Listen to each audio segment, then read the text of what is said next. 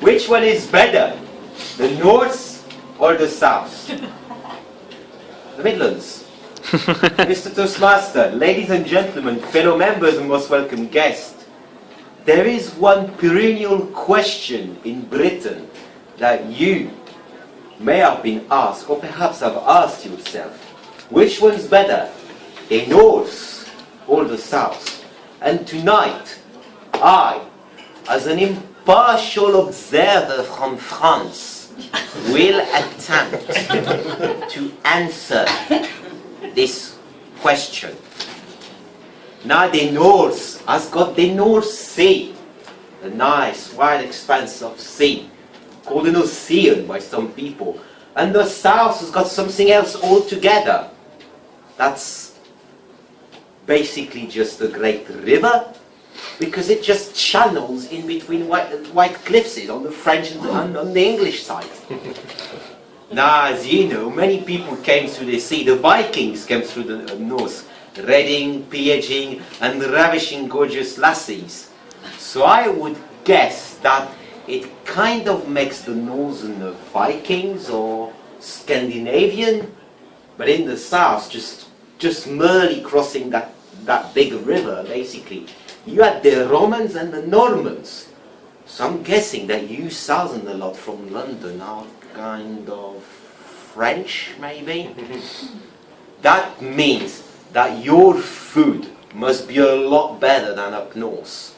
You must have wine on every table, and frog legs and all of that. Or perhaps you've perfected cock or vin into spotted dicks. But just think about it instead in the north. We've invented food preservation through the reutilization of ships' intestines in haggis. What's more, we've got the best of Italian cuisine merged with deep fried cooking in palmos or parmesan. Just think about it. Imagine a flat fried piece of chicken with pepperoni and cheese and toppings on the top.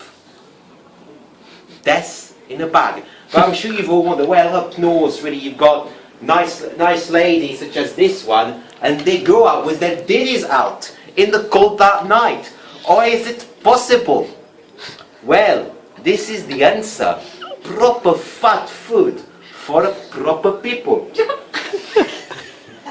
Whereas what you southern a lot have got, you've got like foie gras, wine, and all this rabbit stuff, like salads and fancy stuff. I mean, come on, really, we've got it better in the north.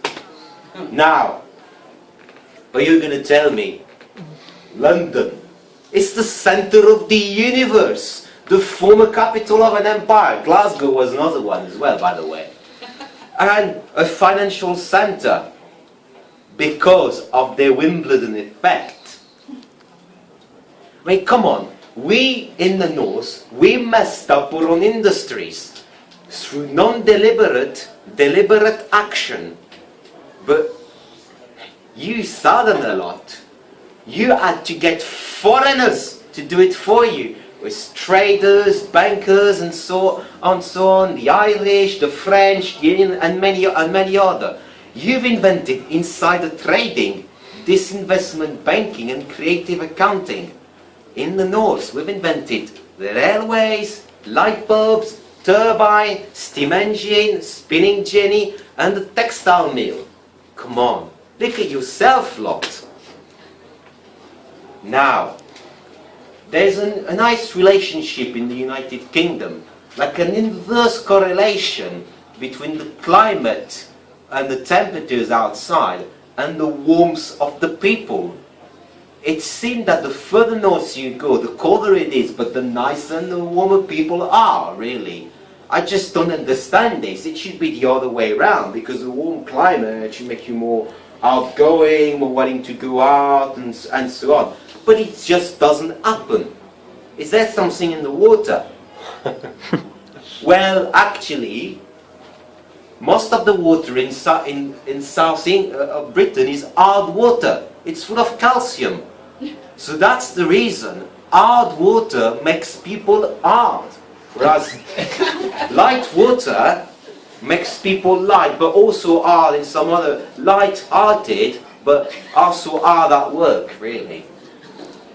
Now, really, just think about it. I've been living in London for 18 months, and I don't know my bloody neighbours. I've lived in Largs for 3 months, and I knew everyone in the tenement. I mean, come on guys, 18 months. I'm not a bloody foreigner, after all. Now, does it really matter who's better? The northern, the southern, or maybe these French cities known as the Midlander? Does it really matter which one's got the longest one, or the biggest one? Come on. The jocks, the paddies, the taffies, the Welsh, and even the weird lot called the Londoners, Smuggies and Geordie and so on. Each and every one of us is a single facet of, as Shakespeare once wrote, this precious stone laid atop the silver sea, this United Kingdom.